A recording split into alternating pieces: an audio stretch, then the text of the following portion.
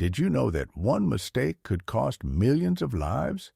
In this story, the USA decided the fate of the war in just a few days.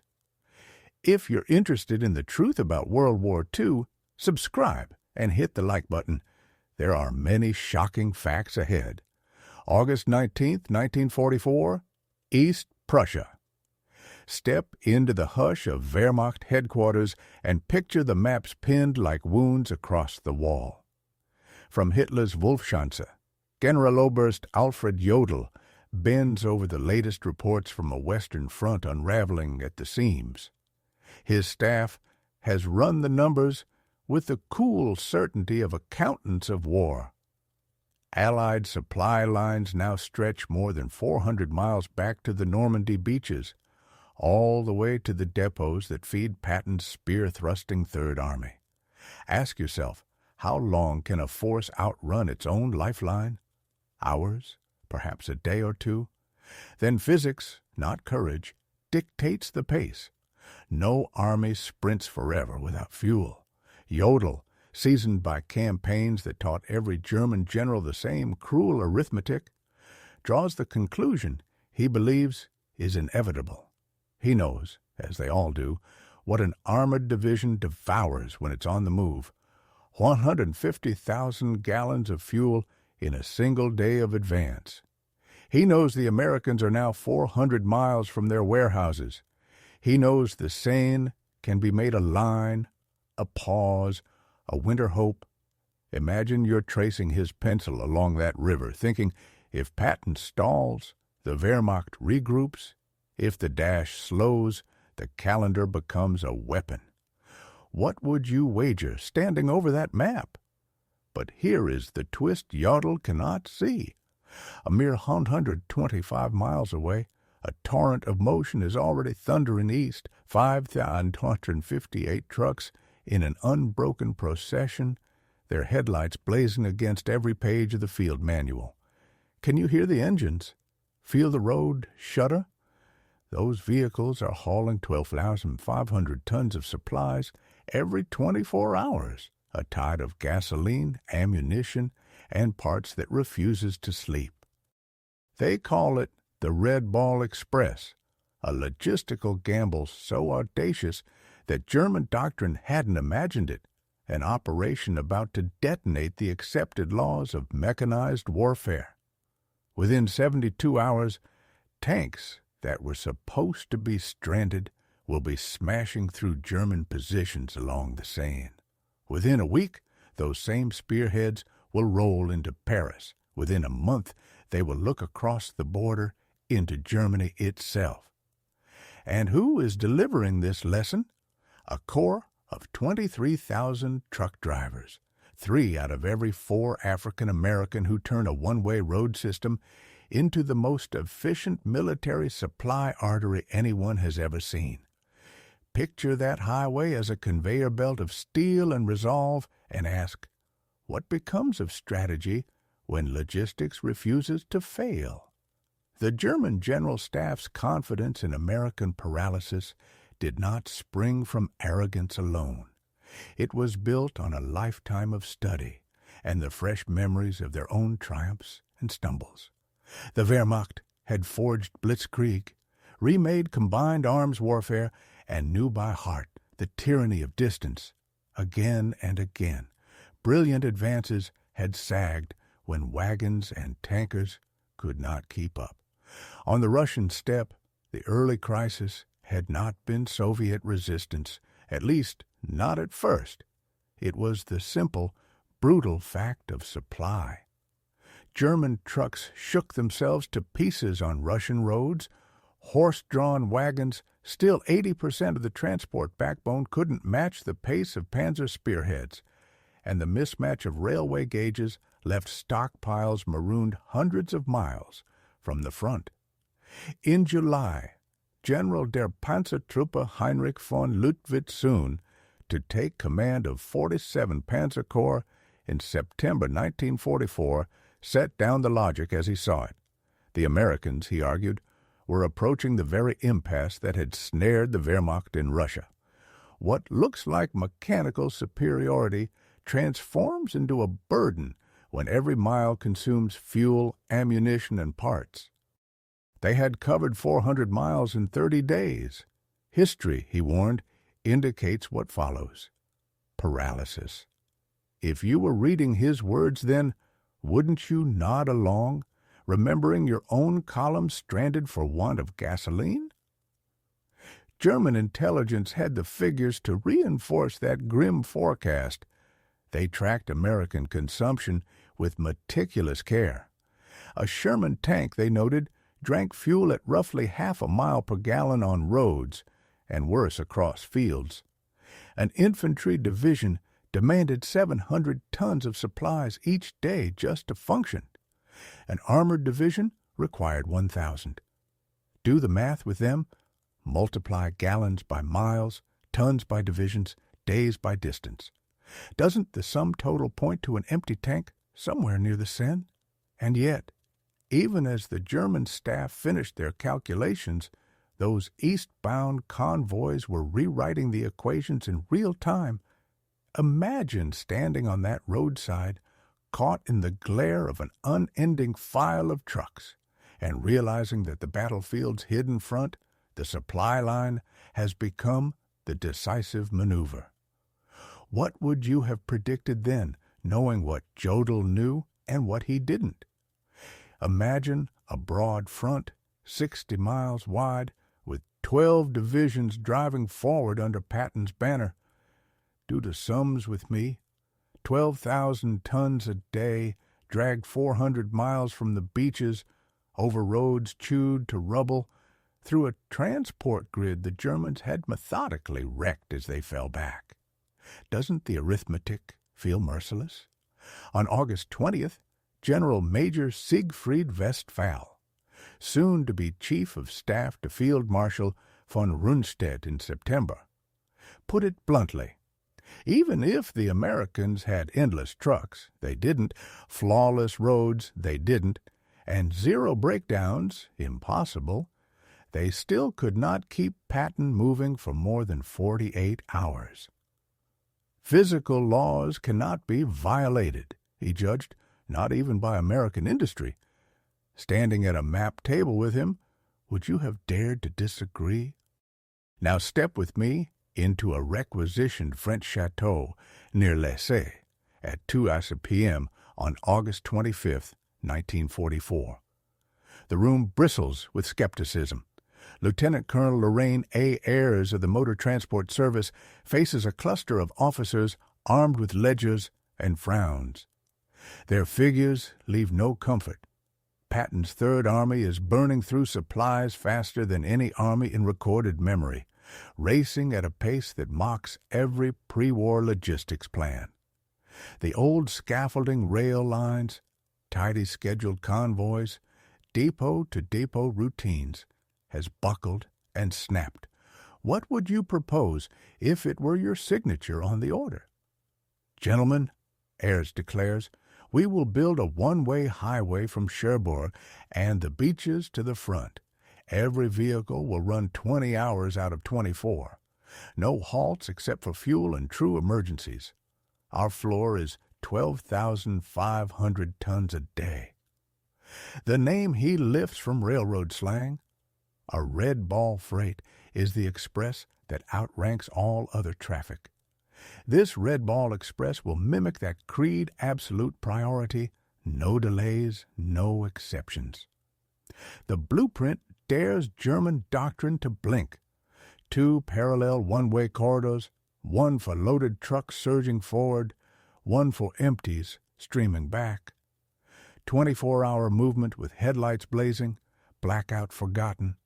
A no-stop rule save for gas or mechanical failure. Convoys spaced 5 minutes apart, holding a 35-mile average. Mobile maintenance stations every 50 miles. Military police checkpoints sweeping anything under 25 miles more off the route.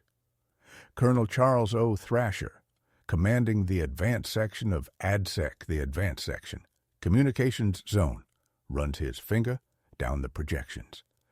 We require 140 truck companies, at least 5,158 vehicles, and 90% availability. By any textbook, it reads as fiction, and yet, within 36 hours, the fiction is fact. Picture August 26, 1944. Drivers of the 3916th Quartermaster Truck Company climb into their GMC CCC KW 2.5-tonners The Deuce and a half stacked with 105mm shells destined for Patton's guns at Mellon, 300 miles to the east. Can you feel the wheel vibrate under your palms? Hear the cargo rattle as the column takes up speed?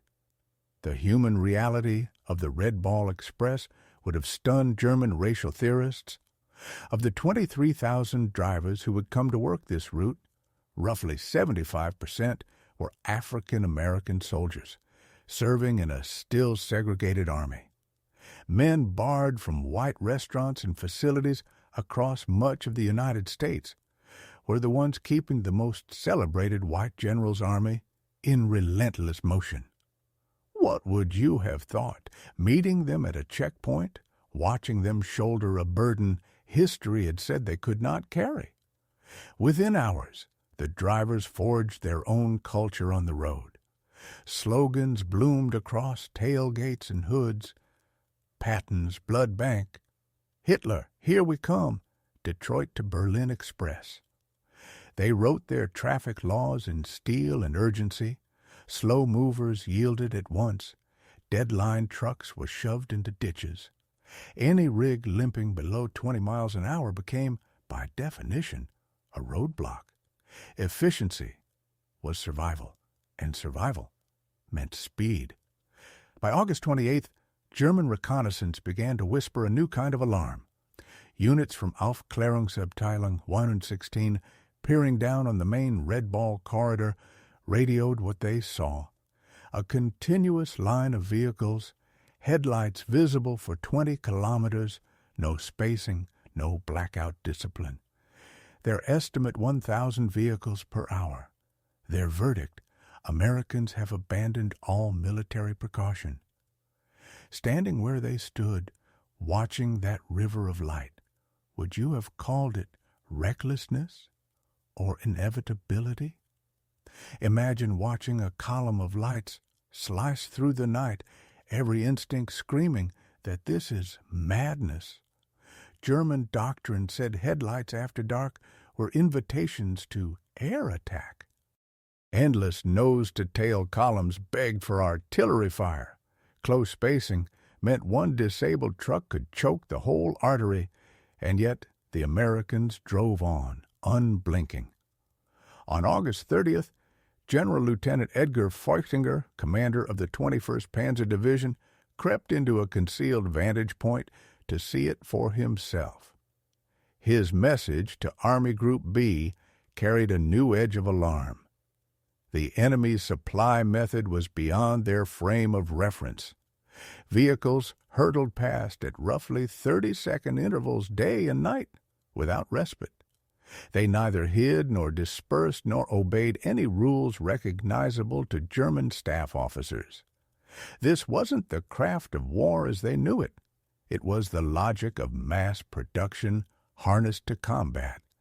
If you had stood beside him peering through the brush, would you have trusted your manuals or your eyes? What Feuchtinger and his colleagues failed to grasp was that American logistics played by a different set of axioms. Where German procedure idolized concealment, the Americans worshipped volume. Where German planners nursed vehicles to extend service life, the Americans budgeted for a 20% mechanical attrition rate and built it into the plan. Where German doctrine prized meticulous compliance, the Americans elevated improvisation to a principle, and the results shredded every German table of what is possible. Look at the first week alone. August 25-31, 1944, 89,939 tons delivered, a daily average of 12,948 tons, round-trip distance 686 miles. Rotations measured not in neat schedules, but in sheer throughput. 5,958 trucks and turning about 1.5 trips per day. Fuel burned by the operation itself, 300,000 gallons. German logistics experts, when they captured these figures, dismissed them as fantasy and propaganda. But the figures were true and climbing. By September 5th, the Red Ball Express had found a cadence that made German officers, still relying on horse-drawn wagons for 80% of their haulage, shake their heads in disbelief. Convoys rolled out every 5 minutes from the western terminus. A typical convoy? 67 vehicles. Standard load per truck, 5 tons with 7-ton overloads common. Time to cover 350 miles one way, about 14 hours. Turnaround at each end, 2 hours. At any given moment, 5,000 vehicles were in motion. Pause and picture that river of steel. Could you, trained in another school, have imagined it holding together? Innovation poured from the system hour by hour as drivers and mechanics solved insurmountable problems on the fly. About 1-800 trucks failed daily, so mobile maintenance units treated the roadside like an operating theater, a rough triage. Fix it in 15 minutes or push it off the pavement. Cannibalize parts from the hopeless cases. Swap engines in 45 minutes with mobile cranes. When the designated route clogged, drivers sketched new paths with their wheels. They commandeered French buses to move personnel and free trucks for cargo. Captured German vehicles received olive drab and went to work. Crews built bypasses around shattered bridges, laying rubble from bombed buildings as foundation. From a distance it looked like chaos. Up close, it was chaos disciplined by output. German doctrine prized plans, maintenance schedules, and proper forms. The Americans broke every rule, and their tempo increased. The greatest shock of all for German observers was fuel. The Red Ball Express drank 300,000 gallons of gasoline every day simply to keep itself running, more than entire German armies saw for all purposes. Yet the pumps never ran dry. Why? Because a parallel marvel was feeding the beast. Operation Pluto, pipelines under the ocean, laying fuel lines across the English Channel. By September 1944, gasoline moved through underwater pipes German intelligence had not even detected. Along the road itself, forward fuel dumps appeared like rungs on a ladder every 25 miles. Tanker trucks ran a parallel convoy, keeping pace so that no vehicle waited more than 10 minutes to refuel. Now ask yourself, if you were schooled to believe that physics and doctrine would halt Patton in 48 hours, what would you have thought a week later, staring at an assembly line masquerading as a road and realizing that the factory floor had simply been unbolted and stretched across France? Picture an analyst bent over a stack of aerial photographs, tracing the shapes of shadowed tanks and shimmering reservoirs. General Major Walter Warlimont looked up from those images and delivered a verdict that felt like heresy to German doctrine. The Americans had fuel dumps larger than Germany's entire strategic reserves. They were burning more gasoline just to move gasoline than the Wehrmacht allotted to whole panzer divisions. Is that even war, as Berlin understood it? Or is it something else, entirely industrial surplus, overflowing straight onto the battlefield? The Red Ball Express did more than feed Patton's momentum. It multiplied it. German staff tables insisted that, under ideal conditions, an armored division could sustain 20 to 30 miles of advance in a day. And yet, Patton's divisions, fattened by that roaring pipeline on wheels, were holding 40 to 60 miles daily for weeks. Consider September 4th, 1944. The 4th Armored Division, crushed 35 miles in the morning, paused at noon Red Ball trucks already idling with fuel and ammunition, and then hammered another 32 miles in the afternoon. 67 miles in a single day. Imagine planning defenses around a maximum of 30 and discovering the enemy has doubled your ceiling before dusk. Back in East Prussia, General Oberst Heinz Guderian scanned the reports and balked.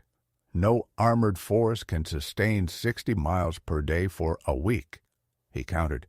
Mechanical attrition alone forbids it, propaganda, misidentification. Yet the radio waves told a different story.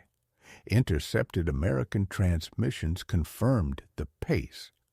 More unsettling still, the Americans were broadcasting positions in the clear no code, radiating a calm belief that speed itself protected them.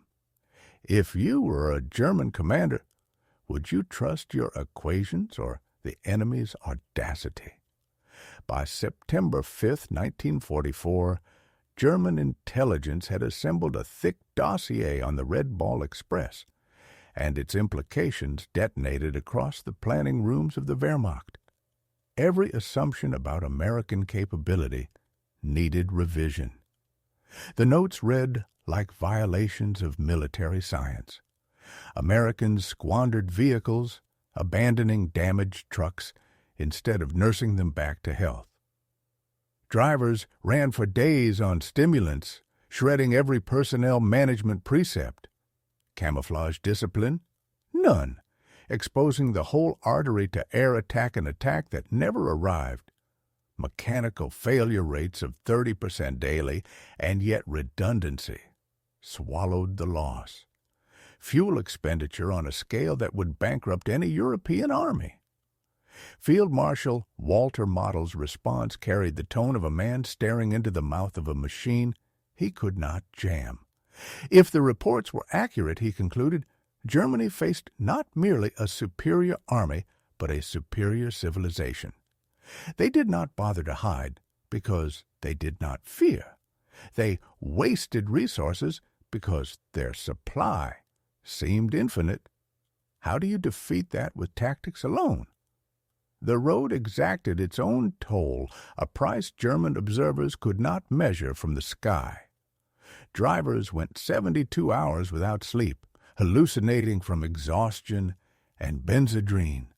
Fog stitched collisions out of nowhere, trucks tipped on torn-up roads, engines overheated, and flames took men with them. 300 drivers died during the Red Ball's operational period, and still morale ran high. Most of these men were African Americans serving in a segregated army, denied equal rights at home, yet sustaining the advance of the most celebrated white generals. What would you have felt behind that wheel, knowing every mile disproved a dictator's racial catechism? Captured German officers later gave voice to the shock. Oberst Hans von Luck, taken prisoner in September 1944, told interrogators that the Wehrmacht recognized defeat the moment it comprehended the American supply system. You break every rule, he said. Burn fuel, discard vehicles, drive your men to the edge, yet you prevail through volume. You have industrialized warfare beyond our understanding. Imagine the psychological undertow. Wehrmacht soldiers lay awake to the thrum of American engines night after night, the drone of endless motors promising endless supplies. They held 3 rounds per rifle, while those trucks ferried millions. The noise itself became a weapon. Even the vehicles stirred professional awe. The GMCC CKW 2.5-ton truck, named as the backbone of the Red Bull Express, embodied mass production distilled to a fighting edge. General Motors would turn out more than 500,000 of these machines by war's end, more trucks than the entire German military possessed of all types combined. The features read like a catalog of practical advantages. All-wheel drive as standard, not an indulgence. Automatic tire inflation systems. Waterproofing good for 30-inch fording. Engines that ran on low-grade fuel without complaint. Heaters that actually kept men alive in winter. And beyond the hardware was the philosophy. Where German mechanics rebuilt engines, Americans simply replaced them. Ask yourself, if the battlefield becomes a moving factory, who holds the initiative? Imagine standing on a ridge at dusk, watching a glowing torrent pour across the landscape trucks, stacked nose to tail, rules shattered, momentum sovereign. Everything German doctrine taught warned against this. Headlights at night invited the bombers. Packed columns begged for artillery. Tight spacing meant one crippled lorry could freeze an entire artery. And yet the Americans pressed on as if daring the sky itself to object. From above, the evidence was undeniable. Where Germans hoarded parts, the Americans tossed aside whole vehicles for minor faults. Where Germans relied on master mechanics, the Americans fielded thousands of capable maintainers who could execute 80% of repairs on the spot. As the front surged east, the Red Bull Express, yes, that was the name now stamped on orders and signposts, pivoted with a speed that left German planning officers blinking, men accustomed to weeks of preparation for any major logistical shift. When the Chartres route choked, the Americans didn't convene a conference. They rolled out extensions overnight. White Bull Express, Rouen to Paris. Green Diamond, Cherbourg to the rail transfer points. Red Lion, Bayeux to Brussels. ABC, Antwerp, Brussels, Charleroi. Each new vein was pumping within 48 hours of conception. Picture a staff table in a German headquarters, calculations, schedules, phased orders, while out on the ground, the Americans simply painted fresh markers, assigned trucks, and set the wheels turning. What would you have thought, watching a network appear as quickly as it could be named? This created a jarring paradox for Nazi racial theorists. Ideology had insisted that black soldiers were incapable of technical tasks, short on initiative, unfit for the delicate choreography of supply. Yet on these roads, predominantly African-American drivers were performing feats of logistics that German formations could not match. The men knew the irony. They knew what the enemy believed of them, and it made them push harder. Every mile they drove was an argument on wheels. Every ton delivered an erasure of a lie. Imagine being a German prisoner, dragooned to load red ball trucks, and finding your world-tilted African-American sergeants calculating weight distributions faster than your own engineers, speaking cleaner English than your instructors, and treating you with a fairness that propaganda had sworn did not exist. The infrastructure required would have seemed impossible under fire until it wasn't. Engineers built or reinforced 40 bridges, raised 15 major fuel depots, established 26 maintenance stations, and threw up 8 temporary cities for drivers, all while the convoys thundered past. Consider the bridge at Mante, destroyed by German engineers to choke American logistics. Staff calculations said 6 weeks minimum to replace. American engineers spanned it with a temporary bridge in 14 hours, while Red Bull convoys detoured a mere 8 miles on bulldozed bypasses. German observers stared at the construction methods. No committees, no elaborate drawings, only immediate action. They built faster than German demolitions could bite, conjuring infrastructure overnight in French fields. If you were watching, would you have called it recklessness or genius at industrial scale? One achievement rattled German artillerymen most: ammunition flow that exceeded their highest theoretical estimates. American gun lines fired without restriction, a luxury no German formation had enjoyed since 1942. During the reduction of Metz fortifications in September 1944, Dixas Corps artillery loosed 100,000 rounds in 24 hours. The Red Ball Express delivered every shell, plus a 20% surplus. German batteries defending Metz were rationed to 50 rounds per gun per day. The imbalance was brutal. American guns roared for hours, while German officers, pencils dulling on their slide rules, computed that such storms needed 50 truckloads of ammunition per hour. The Red Ball supplied it without pause. Of course, the road ate machines with an appetite that would have paralyzed any other army. By late September, mechanical attrition had become a grim ledger. Average vehicle life down to 10,000 miles where 30,000 had been normal. 30% of all trucks deadlined daily. 500 engines swapped weekly. 10,000 tires consumed every week. More than 5,000 vehicles destroyed or abandoned in total. And still the operation quickened. American production had budgeted for the butcher's bill. Ships nosed into French ports weekly with fresh trucks stacked like cordwood. Replacement drivers learned the ropes in 2 days and drove straight into the line of march.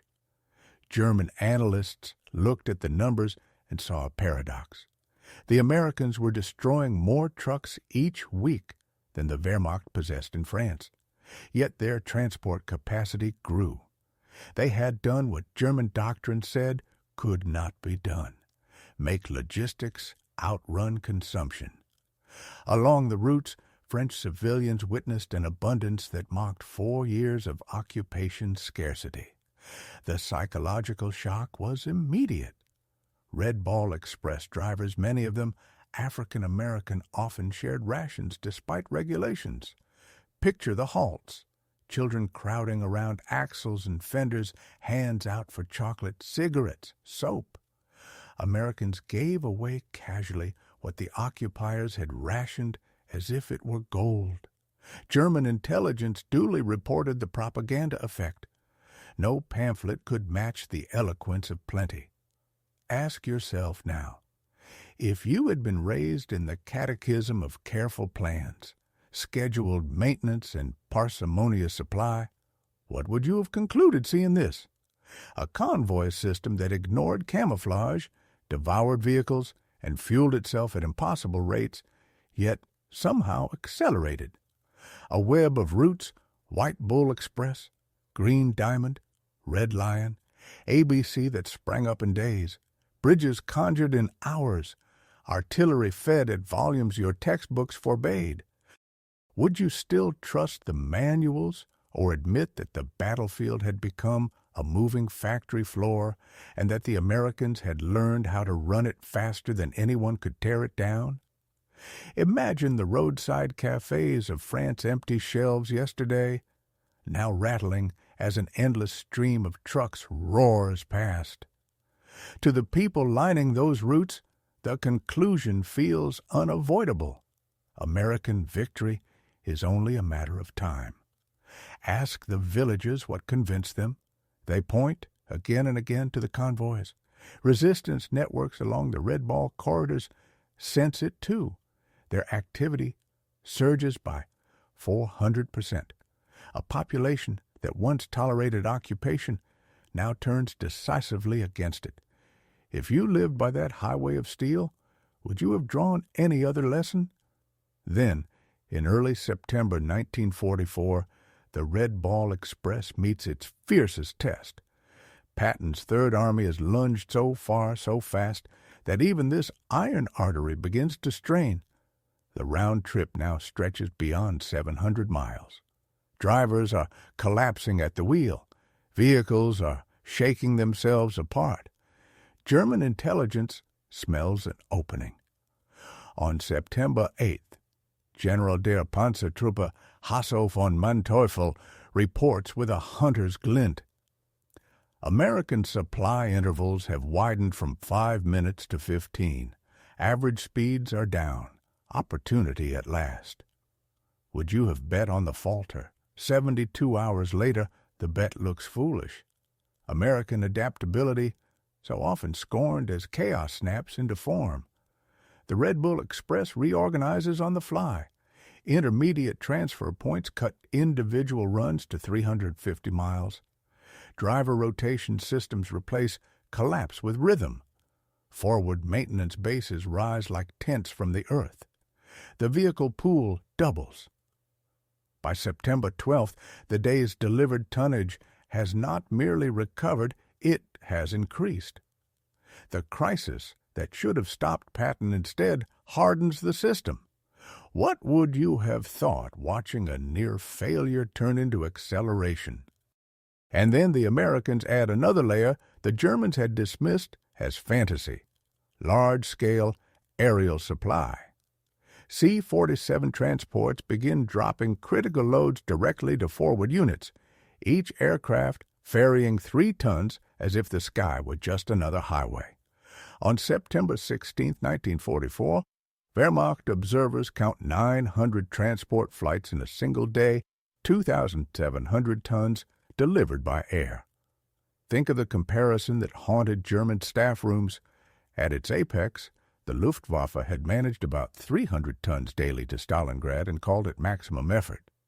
The Americans used transports like trucks, no fuss about escort, no paralysis over fuel. They accept losses and drown them in numbers. How do you outmaneuver arithmetic like that? The command ethos behind this torrent baffles German observers even more than the tonnage. The Red Ball Express functions under principles that defy Wehrmacht hierarchy. Junior officers make calls that, in German practice, belong to generals. Sergeants run operations larger than those entrusted to German colonels. Decentralization, surely a path to anarchy, produces instead an efficiency their rigid structure cannot match. Every lieutenant behaves like a general, every sergeant like a colonel, and somehow the machine hums. Would you have trusted such latitude under fire? By October 1944, advancing railheads begin easing the load on the convoys. Consider the irony. An operation intended to last 10 days has thundered on for 82, moving 412,000 tons over 122 million ton miles. German commanders, now fighting within sight of their own frontiers, take stock. Field Marshal Walter Model's final judgment carries the weight of a grim epiphany. We were not defeated primarily by American tanks or planes. We were defeated by American trucks. The Red Bull Express proved that in modern war, logistics is strategy.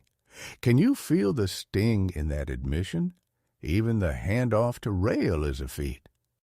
While the Red Ball runs, American railroad engineers rebuild 1,000 miles of shattered French track. New lines go down faster than German demolitions can rip them up, often using captured German equipment. It is as if the battlefield grows its own skeleton while the blood still circulates. Now look at the final ledger, the one that shattered every German projection of what is possible. 82 days of operation, 193 tons delivered, 122 million ton miles, an average of 5,958 vehicles, peaking at 7,000, a total of 23,000 drivers, 700,000 gallons of fuel burned daily to keep the artery pumping, 40,000 tons of ammunition funneled to Patton alone, 15 million rations carried forward, 135,000 tons of medical supplies delivered. In captivity, German officers admit their fatal miscalculation.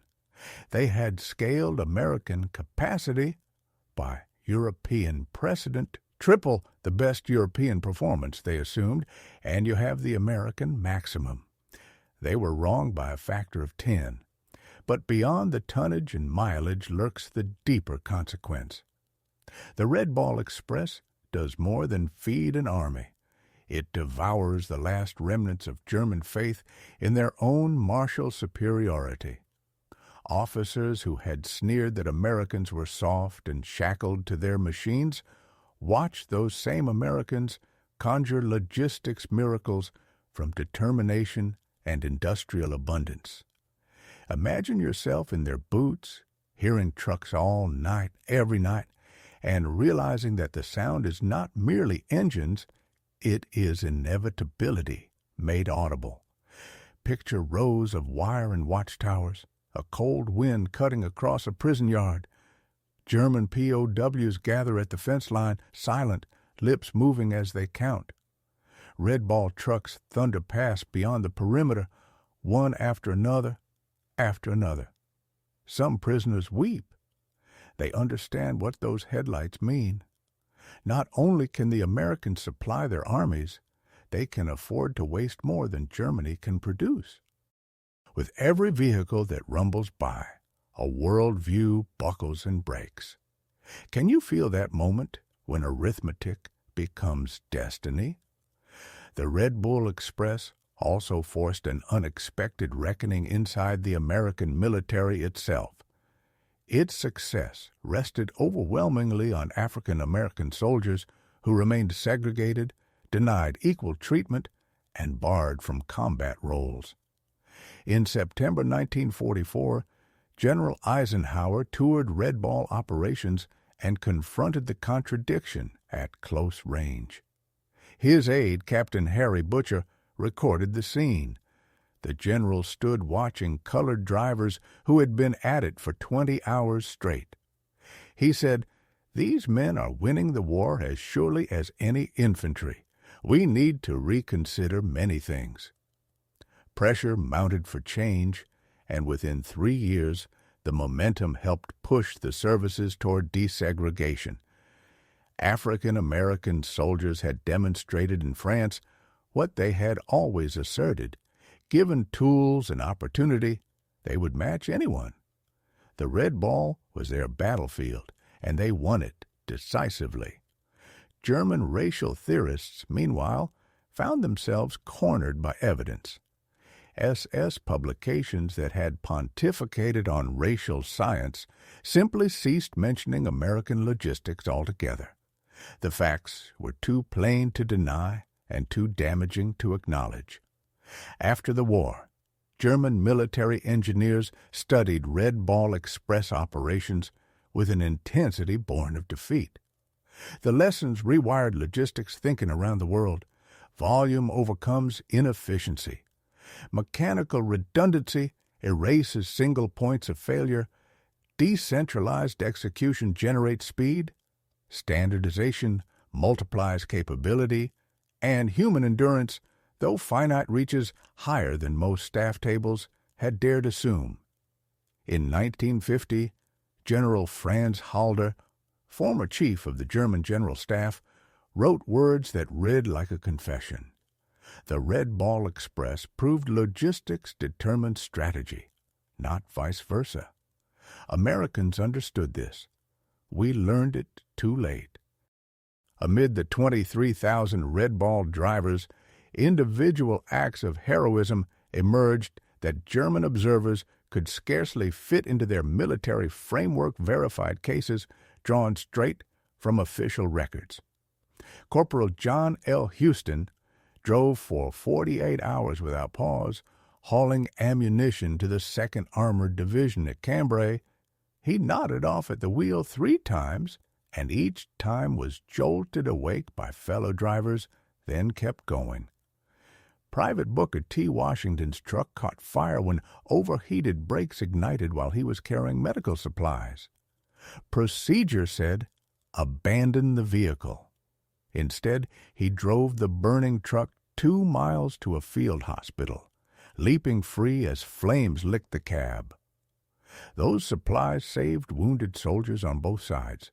Multiply such episodes by the thousands, and you glimpse an American military culture that astonished German interrogators. Individual initiative, calculated risk-taking, and mission accomplishment taking precedence over rigid regulatory compliance. What would you have done in their place? In desperation, German forces tried to spin up their own version of the Red Ball in late 1944. Operation Greif mounted during the Battle of the Bulge, included schemes to use captured American trucks to form German supply lines. The effort collapsed almost as soon as it began. German drivers could not sustain American speeds. German mechanics could not bring American vehicles back to life at the required pace. German fuel stocks could not feed the necessary consumption. Most fundamentally, Germany could not conjure the American attitude that resources were effectively unlimited. Oberst Otto Skorzeny, who led the operation, laid it bare. We captured 50 American trucks. Within a week, 30 were deadlined. Americans would have replaced them. We tried to repair them. That difference explains our defeat.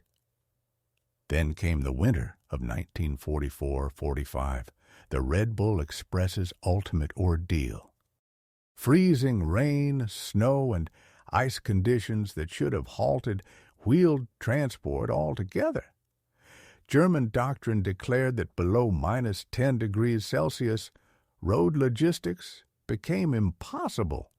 And yet the Red Bull kept moving. Drivers wrapped chains around tires, splashed alcohol into radiators, and rolled on.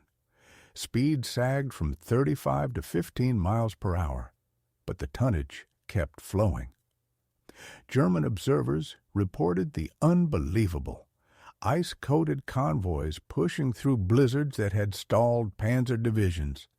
The Americans had built a logistics machine that functioned regardless of weather, terrain, or enemy interference. Step back and ask yourself, what does it do to an army to watch its certainties dissolve? German prisoners measuring defeat by the truckload. An enemy supply system driven largely by African-American soldiers whom Nazi ideology had declared incapable. Engineers and generals relearning first principles after the guns fell silent. In the end, those endless engines spoke a language everyone understood. They said, "This is not merely an army. This is an industry in motion. And once it starts, it does not stop."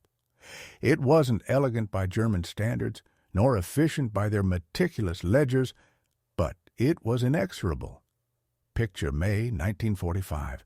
Captured German logistics officers bent over American after-action files, compelled to dissect the Red Ball Express for the historical record. Their verdicts, unanimous and wounding to professional pride, read like obituaries for an era. General der Infanterie Friedrich Schulz distilled the shock. The Red Ball Express was a kind of temporary civilization. Thousands of men, thousands of vehicles, millions of tons conjured solely to feed armies and then allowed to evaporate when its purpose was spent. Germany had laid down permanent infrastructure over years. The Americans, in days, erected something superior, disposable, and somehow stronger for being temporary. Ask yourself, what army plans to build a city on wheels and then dissolve it? The most piercing assessment came from the father of armored warfare himself, General Oberst Heinz Guderian. "We invented blitzkrieg," he conceded in substance, but never solved its core limit logistics.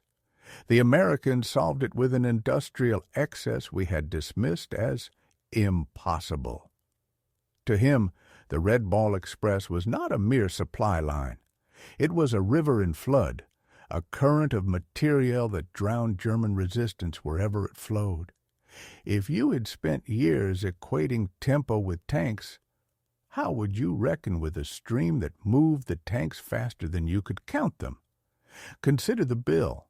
By American reckoning, the Red Bull Express cost roughly $100 million in 1944 dollars. Vehicles written off, fuel burned, roads chewed to gravel, French claims for damage. To staff officers raised on scarcity, the figure felt fantastical. Yet Washington judged it cheap. The operation eased the capture of 400,000 German soldiers, liberated France, Belgium, and Luxembourg, and by prevailing estimates, shortened the war by 6 months. Each day of war cost the United States $250 million. By that arithmetic, the Red Ball Express paid for itself in a single day of conflict averted. Lieutenant General John C. H. Lee, the logistics commander for the European theater, put it with brutal clarity. We wore out 5,000 trucks and 23,000 men to destroy the German army in France. In any previous war, that would be catastrophic losses. In American industrial war, it's acceptable overhead. What would you call it? Waste or investment with compound interest. Then came the aftershocks that reached far beyond the battlefield. When those 23,000 drivers returned home, they carried with them the experience of running the world's largest transportation network. In peacetime, they founded trucking companies, sketched the logic that would become interstate highways, and midwifed modern American logistics. Firms like Yellow Freight, Roadway, and Consolidated Freightways grew from Red Bull veterans who translated wartime lessons into civilian commerce. They had learned in France a set of blunt maxims: volume conquers inefficiency, speed outperforms perfection, keep the trucks rolling around the clock, and you can move the world. Military historians now speak with one voice on its significance. The Red Ball Express was the decisive logistics operation of the European theater. Without it, Patton's advance stalls, Paris is liberated weeks later, and German forces succeed in walling off winter defensive lines. The operation vindicated an American doctrine that put logistics before tactics. While German officers pored over Clausewitz and maneuvers, Americans memorized Detroit assembly schedules and railroad timetables. The Red Bull Express proved that, in modern war, the power to supply shapes victory more than tactical brilliance. Fix a date in your mind. September 15th, 1944. Field Marshal Gerd von Rundstedt, Supreme Commander in the West, receives a comprehensive intelligence portfolio on the Red Bull Express. He studies for hours before calling in his staff. "Gentlemen," he announces, "we face something beyond military solution. The Americans have created a supply system that makes distance irrelevant. Our strategy assumed their culminating point, the moment when the spearhead outruns its supplies. That point does not exist. They have revolutionized warfare. We are fighting the last war." His operations officer, Oberst Hans Speidel, proposes striking the roots with the Luftwaffe that remains. Von Rundstedt's reply shows the measure of his understanding. With what shall we interdict? They have 6,000 trucks. If we destroy 1,000, which we cannot, they will replace them in a week. So ends the old calculus. In the mirror of the Red Ball and Red Bull Express, the Wehrmacht saw not just superior numbers, but a different philosophy. Build the river, flood the front, and let the tide decide. If elegance is the art of doing more with less, American logistics in 1944-45 embraced a harsher creed: do everything, everywhere, all at once, until the enemy's assumptions wash away. Standing at that fence line counting trucks, would you have argued otherwise? We'd need to destroy 200 trucks a day just to keep pace with their production. We don't have 200 aircraft in total. Can you hear the despair inside that arithmetic? Behind the blizzard of figures lay the human stories that startled German observers into a new respect. Drivers who hadn't slept for 3 days waved off relief because their vehicles might not make it without them. Mechanics, soaked to the bone in freezing rain, wrestled with engines under tarpaulins so the columns wouldn't stall. Teenagers, faces still soft with youth, lied about their age to climb behind a wheel. Multiply those moments across the length of France, and you begin to see how a legend is born one wrench, 1 mile, 1 sleepless night at a time. The myth carried its own kind of shock effect.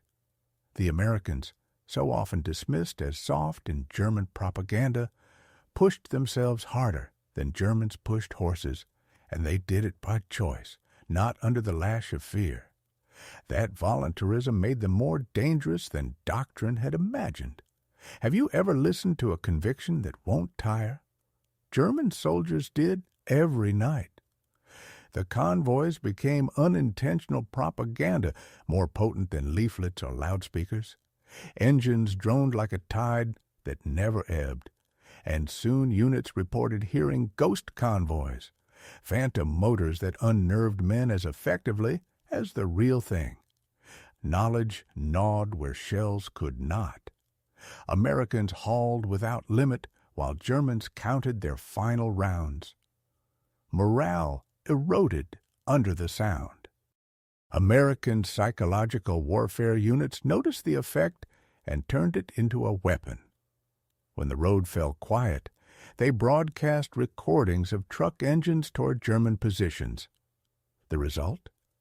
Reports of phantom columns logged as sightings, a ledger of imagined logistics that proved how deeply the Red Ball Express had burrowed into German nerves.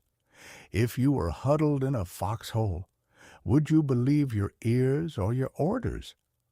By November 1944, with rail lines partly restored, the Red Ball Express was officially discontinued, but its methods had already rewritten the rules. Continuous, high-volume, wasteful, yet devastatingly effective supply became doctrine, and then came the last, almost theatrical innovation, speed of disappearance, an apparatus of 23,000 men, 6,000 vehicles, and hundreds of installations demobilized in 72 hours, troops reassigned, trucks redistributed, routes returned to civilians. Germans took months to build smaller systems and years to unwind them. The Americans built what they needed, used it hard, discarded it, and then built something better. Efficiency in this new grammar meant replacing the sentence before you finished reading it. When capitulation came in May 1945, the Red Ball Express appeared again in German testimony as the exhibit of hopelessness. General der Panzertruppe Hasso von Manteuffel admitted under interrogation, "When we understood your logistics capacity, we knew the war was lost. You could supply armies faster than we could destroy them. The Red Ball Express was a weapon against which we had no defense." Field Marshal Albert Kesselring, one of Germany's ablest commanders, was asked what surprised him most about American forces. His answer cut through the romance of armor and air power. "Not your tanks, not your planes, but your trucks. The Red Ball Express showed us that you had militarized your entire society's production capacity. We were fighting your factories, not just your soldiers." Set the final ledger before you, stark and unblinking. Total cargo delivered, 412 at 193 tons. Total distance covered, 122 million ton miles. Trucks employed, 5,158 daily average, 7,000 at peak. Drivers involved, 23,000 tons total. Operating days, 82. Fuel consumed, 51 million gallons. Tires worn out, 180,000. Vehicles destroyed, 5,000 plus. Cost, $100 million. German divisions defeated through supply advantage, 47. Estimated war days shortened, 180. Numbers can feel cold, but these burn. They mark the moment war tilted for good, when industrial capacity mattered more than tactical brilliance, when logistics determined strategy rather than serving it. Half a century later, in 1994, the United States Postal Service unveiled a commemorative stamp for the Red Ball Express at the National Postal Museum in Washington, D.C. It was a ceremony for an operation long overshadowed by firefights. yet no less decisive. Veterans gathered and spoke with a pride earned in diesel and grit. They had driven through exhaustion, through breakdowns, through weather that halted armor. They were, in the main, black soldiers segregated, discriminated against, denied recognition while the war still raged. And still they delivered victory at 35 miles per hour.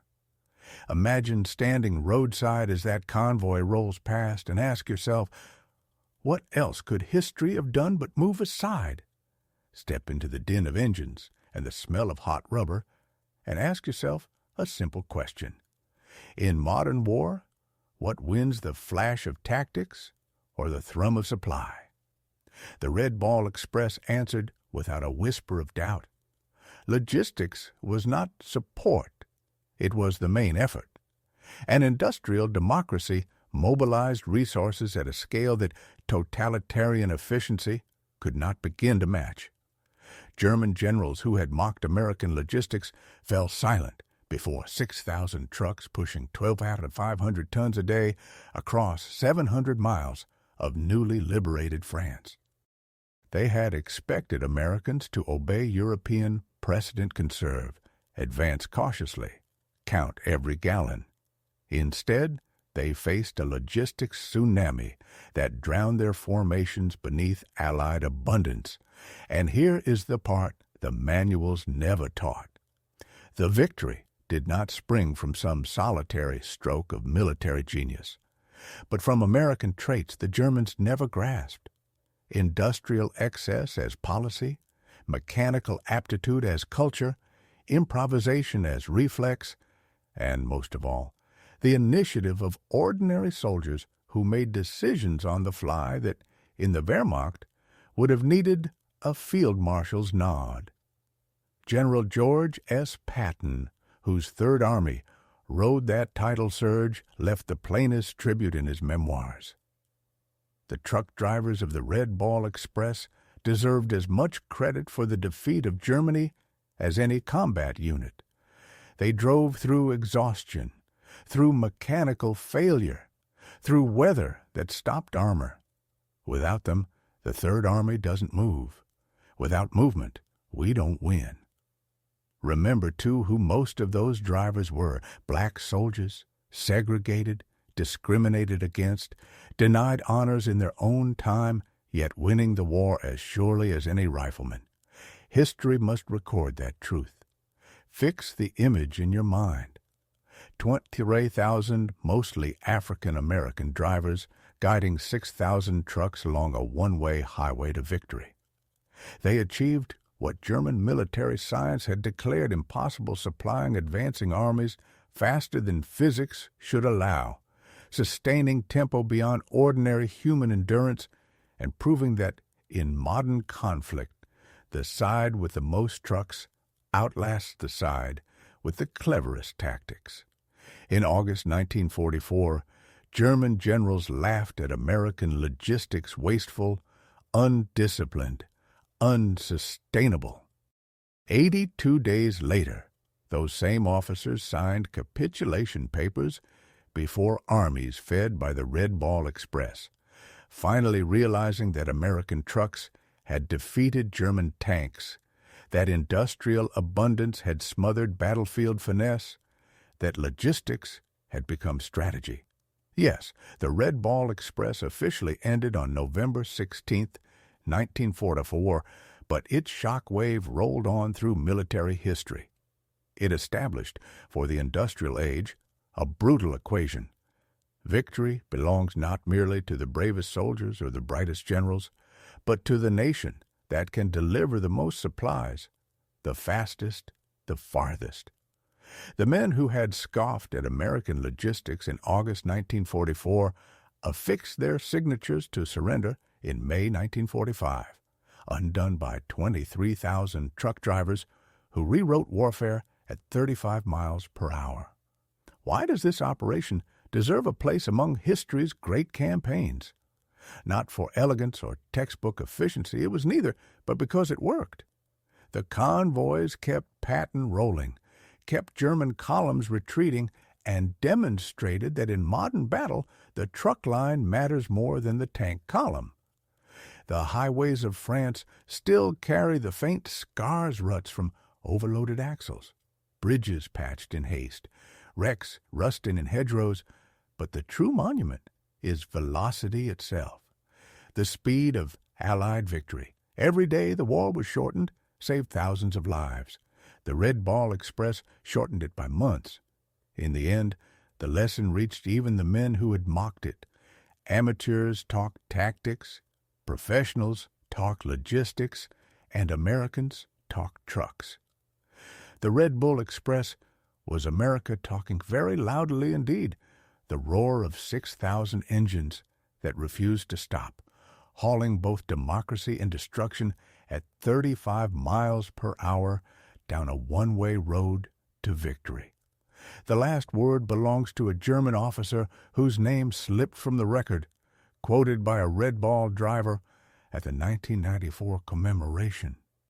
Standing by a Belgian road, watching the endless convoys grind past, he told his captors in accented English, "We prepared for everything, your tanks, your planes, your ships. We never prepared for your trucks. How do you defeat an enemy who has more trucks than you have soldiers?" The answer droned by at 5-minute intervals, driven by exhausted Americans who were rewriting the rules of war one delivery at a time. The Red Bull Express made logistics into strategy, supply into victory, and trucks into the most decisive weapon of the European war. The generals stopped laughing when they understood that truth.